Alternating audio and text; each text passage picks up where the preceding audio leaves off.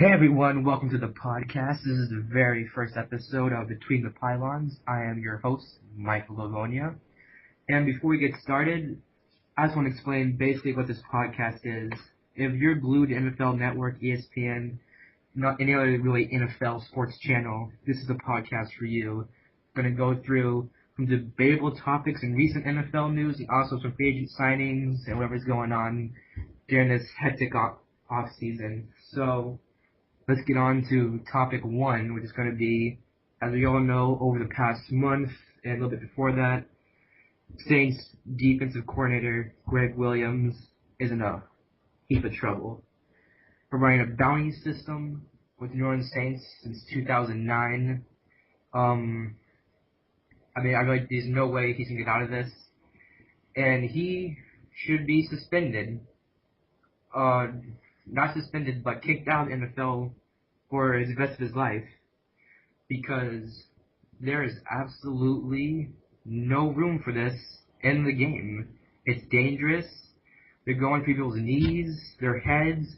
He's trying to give people concussions. And listen, I understand that NFL football is a very, very violent sport. But he's making not just violent, but career-ending, and that is just horrible. And listen, I love Greg Williams. I'm not a Saints fan, but I understand that he does know how to run a defense. There's a reason why the Saints won the Super Bowl in 2009, and have had a great season since he's joined that team in 2009. And all teams that he's been with before, like the Bills and Redskins, I think he was with, they've all had great, great defenses. And it wasn't just Greg Williams. Head coach of the Saints, Sean Payton, gave a blind eye to this. He's in a lot of trouble too. The NFL handed him a 1-year suspension, have no contact with the team, and really without Sean Payton, I don't see the Saints being able to be the first team to host a Super Bowl. And Mickey Loomis, GM, is in a bunch of trouble. He's fined over $500,000. The franchise was taken away, a bunch of draft picks, and it's pretty sad that they were warned to stop, and they continued to do it even though they were told on multiple occasions. So I think I really don't know, but I really do believe that Greg Williams should be banned from the NFL for the rest of his life. What he did, and there's no room for that. And on Friday, this is interesting, on Friday, released video that of Greg Williams giving a speech before the 49ers playoff game, and it was him saying, quote unquote, "Remember the walkaways and remember whatever it takes." So it was basically him, saying, go for the head, go for the knees, or things like that. I couldn't find an audio clip for you guys. I'm sorry. Copyright rules and stuff like that. But yeah, it was director on his own doing a documentary for the Saints. Decided to release it. Now comes up saying that he didn't want to release it. Whole big controversy, even a bigger mess. But that's another story. So there is no way Greg Williams can get away from this. I love him. Great defensive coordinator. Like I said before. Saints will have never won without him. He knows how to run those blitz packages, everything else. But yeah, I think he's gonna get what he deserves coming here pretty soon. Sean Payton, Mickey Loomis, and the others do plan on having their appeal heard Thursday by Commissioner Roger Goodell, which to me makes no sense whatsoever, because they're basically giving the decision back to the person that handed it down to them. So they'll get the same thing. It's just going to be a big waste of time. But yeah, there's not much that I hope you're not expecting some big changes anyways, because it's going to be about the same thing. So we're going to go ahead and head over to the next topic. In the 2011 NFL Draft, the Carolina Panthers select Cam Newton. And that's where we find ourselves next. Especially wondering who's going to be picked next in this year's NFL draft. Who'll be the first overall pick? Andrew Luck out of Stanford, or Robert Griffin III, the previous Heisman winner. In my opinion, if I'm Jim Irsay, I am taking Andrew Luck all day long. He's more ready to run the pro-style offense than RG3 is. RG3 was good, but he had more weapons than Andrew Luck, believe it or not. So yeah, I mean, even Colts fans were wearing Andrew Luck jerseys during the season. I'll tweet a picture after this of, because there's a picture off, I think NFL.com, showing Colts fans wearing Andrew Luck jerseys. I think it's like the Titans game or something, I don't remember, but, I think it's already a done deal, basically. He is going to Indianapolis, and then, as I remember, the Rams had a second overall pick traded away to the Redskins, and they got a King's bounty for that. The Rams got about 20 draft picks from the Redskins. So Rams are set for the next 15 drafts, no matter how good they do for the next seasons to come. But Andrew Luck has been meeting with the Redskins lately. But he's been with the Colts a lot more. Same for RG3. I think RG3 actually declined to visit with the Colts. But I'm not really surprised because, I mean, it's the team that's been passing him up. So I'd probably be pretty pissed for some people too. And we're going to go ahead and move to our next topic. In case you didn't know, I got keyboard, he shatters them all, and all he does is win, all he does is win. I got keyboard, he shatters them all, and all he does is win, all he does is unleash. So keyboard, let him go. And that's where we find ourselves on our next topic. The one and only Tim Tebow. Tim Tebow has been very unfairly criticized, and I am honestly sick and tired of it. And I am so glad that now, even though I'm a Patriots fan, and I hate the Jets, I cannot stand the Jets. Don't get me started on the Jets. Point is, I'm ecstatic because now it's a team that actually believes in them.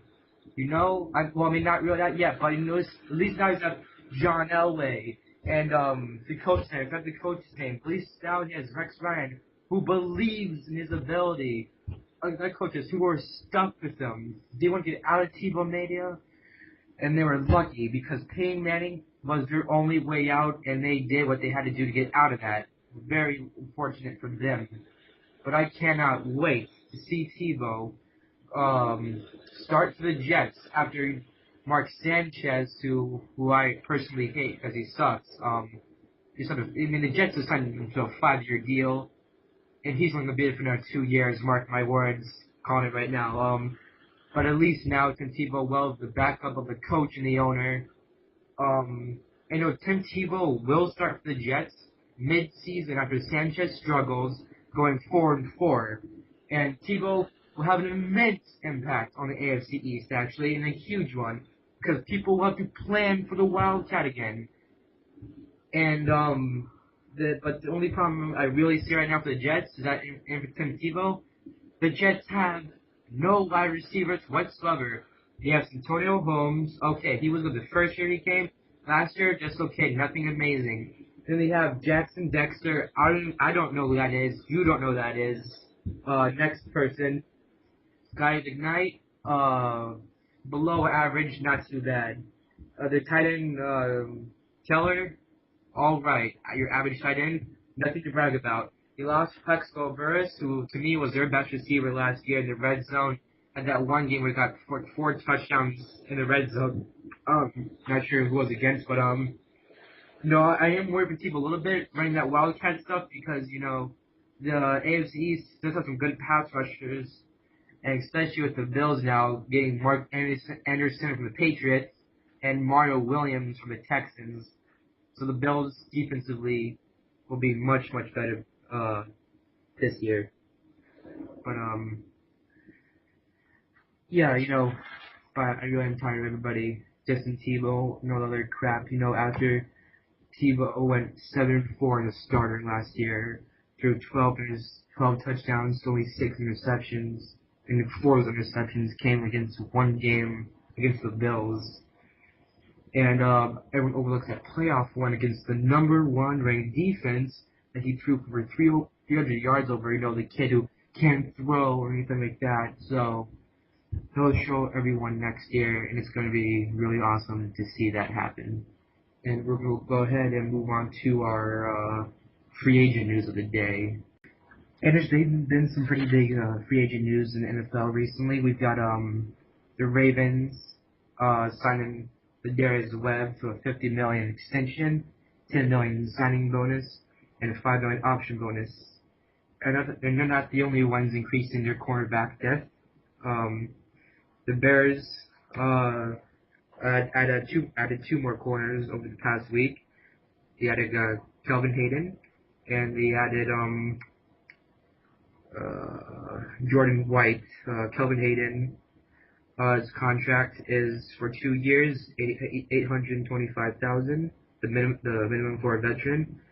He graduated from the University of Illinois, and they weren't the only ones adding some free agents to their roster over the past week. The Patriots signed linebacker Bobby Carpenter, and are still in talks with star wide receiver Wes Welker. Hope to get him signed. I'm thinking of like a 3-year to 4-year deal, probably around maybe $25 million for Wes. Not the high maintenance of a player, but very important to that offense. The Dolphins also adding some strength to their backfield, signing Vikings ex-Viking Johnson to help them out in their defense, since for some reason they've decided to get rid of everyone good on that defense, which I'm still trying to wrap my head around, but we'll get to that on a later topic. Our next topic is Commissioner Roger Goodell. He is trying to turn this game into flag football. I understand he's trying to make it safer. I have no problem with that. But players like James Harrison, Vince Wilfork, Ray Lewis, Jonathan Doma,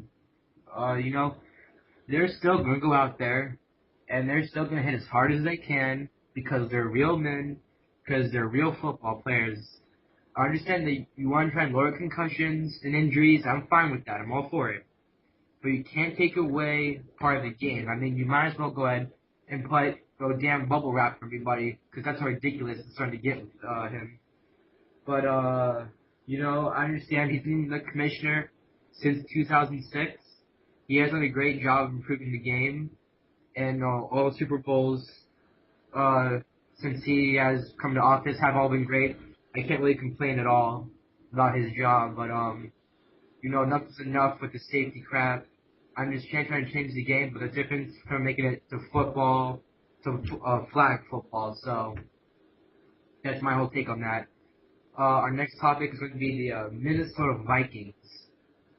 Boy, did the wheels fall off with that organization in 2 seasons. I mean, 2 seasons ago, they're in an NFC Championship game in New Orleans, going up against the New Orleans Saints, which were a juggernaut that year, so I can't blame them for losing. But I mean, we're gonna deal with Brett Favre. Love the guy, but clutch situations sometimes doesn't know what he's doing. But that's another story for another show, whatever. But for the Vikings to get back to that form, they really need to beef up on offense. Their defense is alright. You still got Jared Allen, Pat Williams, and the corners are pretty solid. They help in safeties, but overall, not a bad defense.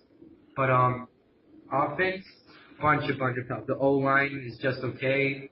AP blew out his knee in week 17, but they're struggling at wide receiver completely. They have Percy Harvin, who's amazing. Got Rookie of the Year in 2009.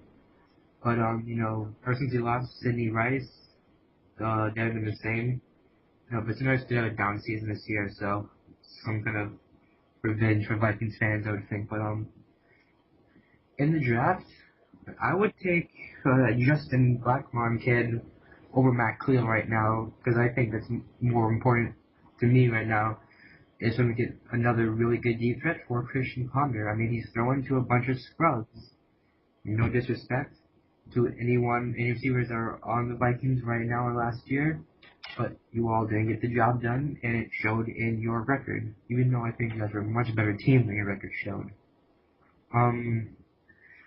But they really just need help on the offensive side. I want to believe Christian Ponder is good, but I just don't know yet. I haven't seen enough evidence to know.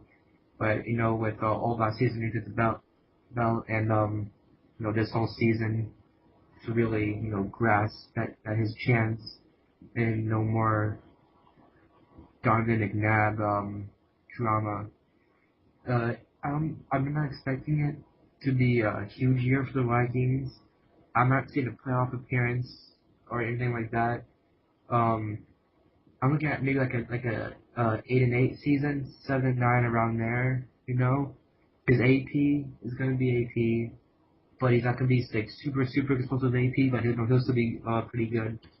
Because he blew out his knee last season on the last game, which didn't matter at all. But if they could get a wide receiver, I think they could probably get back to that championship form pretty soon.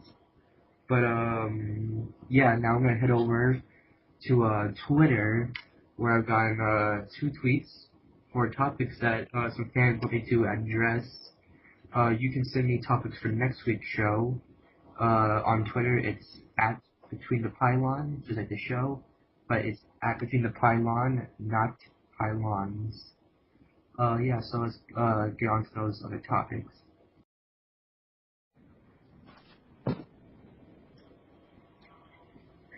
First suggestion from a friend on Twitter is from Eli Jimmy Wrestler, who asked, why are the Dolphins such a great team?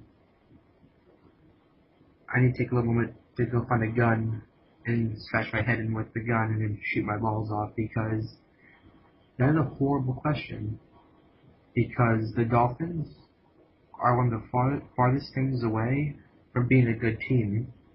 He had so many chances this offseason to become the league team easily.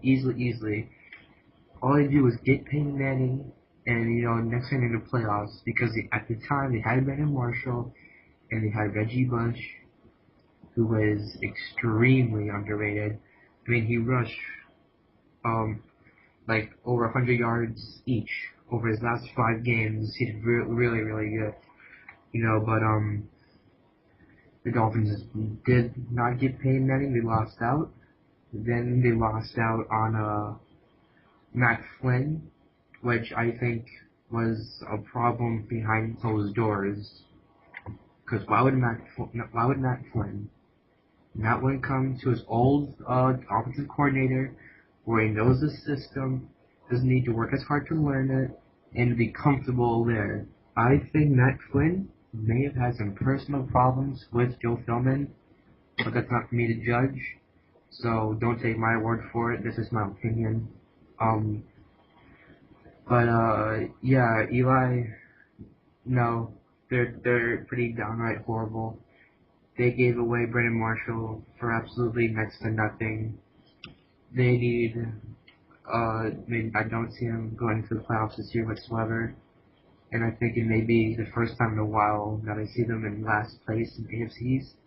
Because every team has improved this offseason, except the Dolphins. The Dolphins have only gotten worse by trading Jeremiah Bell, trading Brandon Marshall for 2 third draft picks. I think he got a second one too. It's not worth it. I understand Mr. Marshall had very big problems off the field, but he was such an asset to that team, and he lost that. Without that deep threat, you have the Von Best, the next guy on the totem pole. Slot receiver, can't get it done downfield, don't trust him. And without a deep threat, you ain't gonna get those holes open for Reggie Bush to get to 100 yards, get over 100 yards each game, which is gonna cause major problems for them down the stretch when they verse those teams with great pass defense and stuff like that. But yeah, I see them maybe going. I mean, I think it's gonna be a atrocious year for them this year. 4-12. I think maybe at the best. I mean, I just don't see him doing much whatsoever. I don't know. Maybe Joe Philbin can make miracles happen, just like Mr. Sperano did, Coach Sperano did in his first year, taking the Dolphins from 1-15 to 11-5. Eventually get into the playoffs, winning that division like forever because, you know, the Patriots own that division, and I think the Patriots will still own that division for years to come because they still have Brady and the whole gang up there and Belichick. You know, the Bills are on their way there with that defense starting to thrive. Offense still needs some work, you know, with their quarterback situation and the Jets kind of earn the show. You know, Mark Sanchez, you know, who's not going to be able to handle the whole T-bone circus behind them. You know, for every interception, that noise in his ear saying, you know, people's going to start to get louder and louder and louder. And so the next thing he knows, he finds himself on the bench. But thanks, Eli, for the suggestion. I hope I answered your question, which was a horrible one because it made no sense. But we're gonna head over to the next suggestion. Thanks again.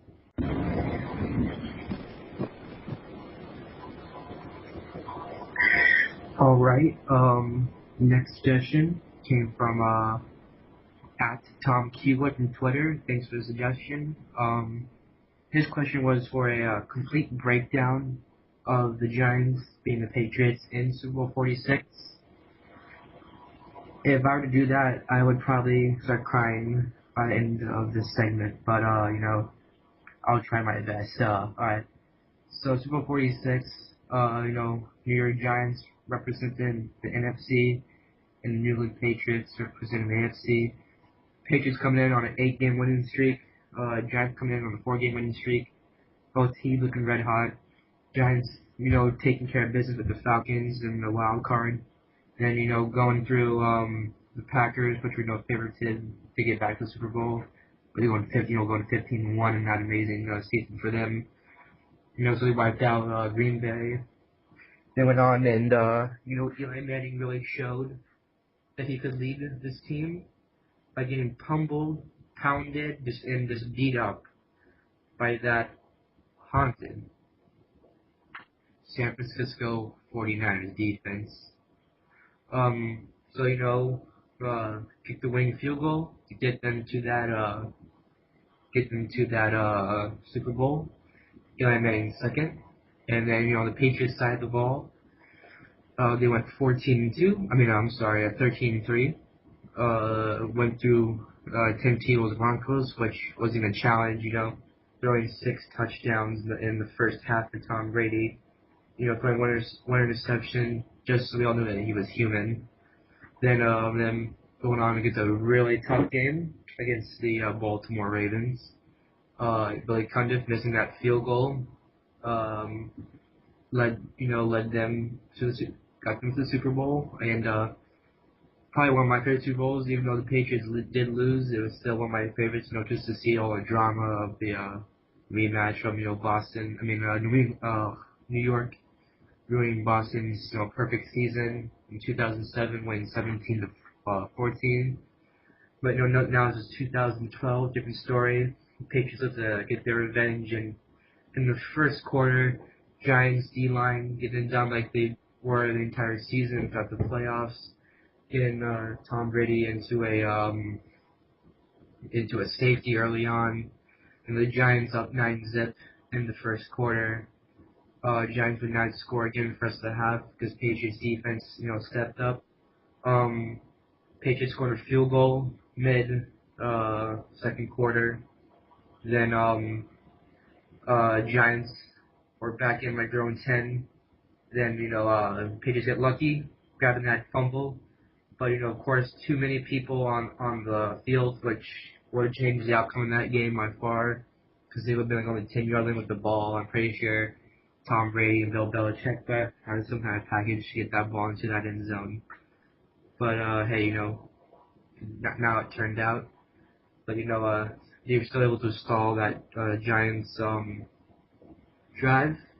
Tom Brady, 2 minutes left before the half, clutch moment. He is most clutch quarterback of all time, in my opinion. They lead them down for a touchdown. You know, with only 2 seconds left. You know, the Patriots overall just red hot towards the end of that half. And after the Madonna halftime show, Patriots come out still with guns blazing, get it down with another long drive too. Then you know, Patriots up 17-9. All Giants can do is get 2 field goals. So then it's 15-17 in the third quarter.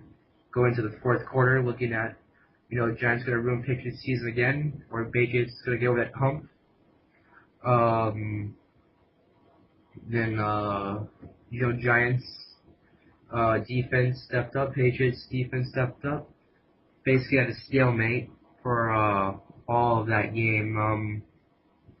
Then the Giants, you know, took possession from their own 12-yard line with 3 minutes 46 seconds left in the game, and only 1 timeout. You know, on the first play ended up being the key play of the game. Manning completing a deep pass along the left sideline to receiver Mario Manningham for a 38-yard gain midfield. You know, Belichick challenged that call. He was in to me, and to be fair about it. Then Brandon Jacobs almost making the worst decision of his life. Couldn't stop himself from going into that end zone. Very fortunate at the end of the game. You know, New York did go for a 2-point conversion. Patriots defense stepping up, stopping it, keeping the score at 21-17. Patriots at 57 seconds on the clock and a timeout. You know, Tom Brady stepped up to the challenge. Biggest moment of his pro career at the moment. Marching down the field, you know, converting like 3 fourth downs, you know, on a roll, getting 20-yard passes.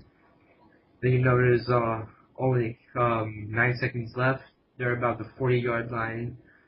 Tom Brady throwing a Hail Mary downfield. Rob Gronkowski was just not close enough with that ankle and could not catch the game-winning ball.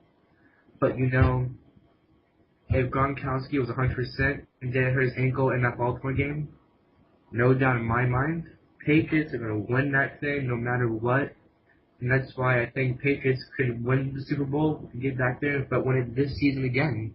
Because the new team has only done better throughout the offseason. You know, getting Brandon Lloyd, Dante Stallworth, you know, now you can get back Rob Gronkowski with a healthy ankle this time.